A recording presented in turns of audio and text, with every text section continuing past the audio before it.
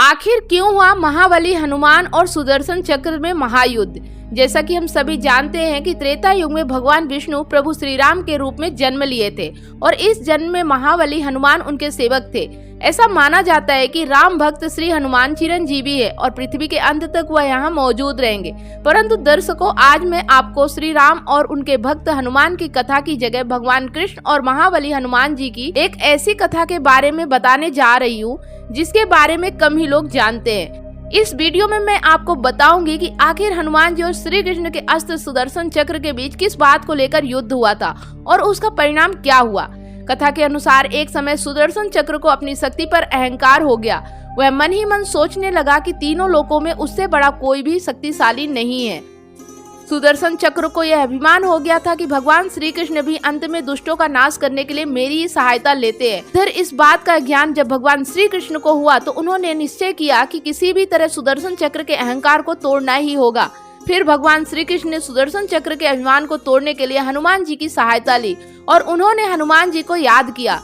कहते हैं कि दूर रहते हुए भी भक्त और भगवान दोनों एक दूसरे की बात समझ जाते हैं, इसलिए कृष्ण जी की याद करते ही हनुमान जी समझ गए कि प्रभु उन्हें याद कर रहे हैं। क्योंकि हनुमान जी ये जानते थे कि उनके प्रभु श्री राम और श्री कृष्ण एक ही है, इसलिए वो बिना किसी देरी के द्वारका के लिए निकल पड़े और द्वारका पहुंचकर वो श्री कृष्ण से मिलने दरबार में जाने की बजाय द्वारका के राज उपवन में चले गए।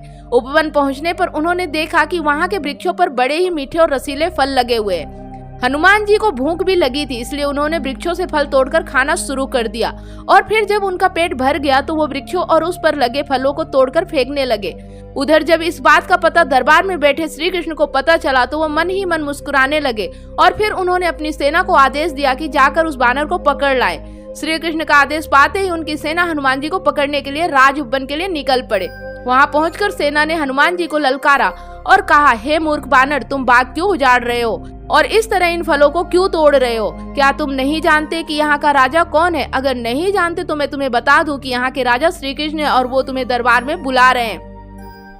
सेना नायक की बातें सुनकर महाबली हनुमान ने क्रोध होने का ढोंग करते हुए कहा कि कौन कृष्ण? मैं किसी कृष्ण को नहीं जानता, मैं तो प्रभु श्री राम का सेवक हूँ, इसलिए जाओ अपने राजा कृष्ण को कह दो कि मैं नहीं आऊंगा। यह सुन सेना नायक क्रोधित हो उठा और हनुमान जी से बोला, अगर तुम अपने आप मेरे साथ नहीं चलोगे तो मैं तुम्हें जबरदस्ती पकड़कर ले जाऊंगा। फिर जैसे ही श्री कृष्ण की सेना हनुमान जी को पकड़ने के लिए आगे बढ़ी, वैसे ही हनुमान जी सारी सेना को पूंछ से लपेटकर राजमहल में फेंक दिया।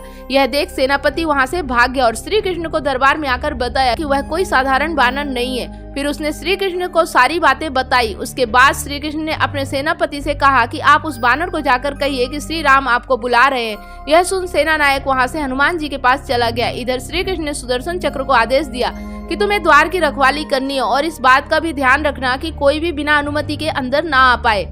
अगर कोई बिना आज्ञा के अंदर आने का प्रयास करे तो उसका वध कर देना। यह सुन सुदर्शन चक्र द्वार की रखवाली करने लगा। चूंकि श्री कृष्ण ये समझते थे कि श्री राम का संदेश सुनकर हनुमान जी एक पल भी रुक नहीं सकते हैं। उधर सेना नायक ने जब हनुमान जी से कहा कि श्री राम तुम्हें बुला रहे हैं तो हनुमान जी बिना देर किए दरबार के लिए निकल पड़े और जब दरबार के द्वार पर पहुंचे तो सुदर्शन चक्र ने उन्हें रोकते हुए कहा कि मेरी अनुमति के बगैर तुम अंदर नहीं जा सकते।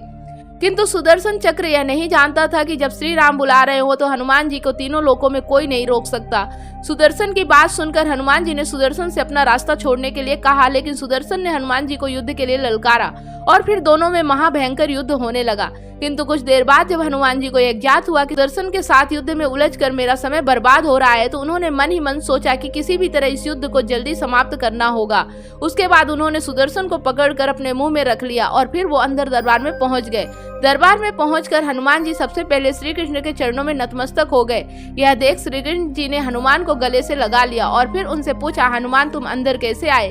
क्या किसी ने तुम्हें रोका नहीं? तब हनुमान जी ने कहा, भगवान सुदर्शन ने रोका था, परंतु मैंने सोचा आपके दर्शनों में ज्यादा विलम्ब न हो, इसलिए मैं उनके साथ युद्ध में नहीं उलझा और उसे मैंने अपने मुंह में दबा लिया। इतना कहकर हनुमान जी ने अपने मुंह से सुदर्शन चक्र को निकालकर श्री कृष्ण के चरणों में रख दिया। यह देख सुदर्शन चक्र का सर सर्व से झुक गया और इस तरह उसका घमंड भी चूर हो चुका था। तो आज की ये पौराणिक कथा आपको कैसी लगी कमेंट करके जरूर बताएं। साथ ही जय श्री कृष्णा अवश्य लिखें। वीडियो अच्छा लगा तो लाइक करें, शेयर करें, चैनल को सब्सक्राइब अवश्य करें। फिर मिलते हैं एक नई पौराणिक कथा के साथ। तब तक आप सभी लोगों को वीडियो अंत तक देखने के लिए बहुत बहुत धन्यवाद।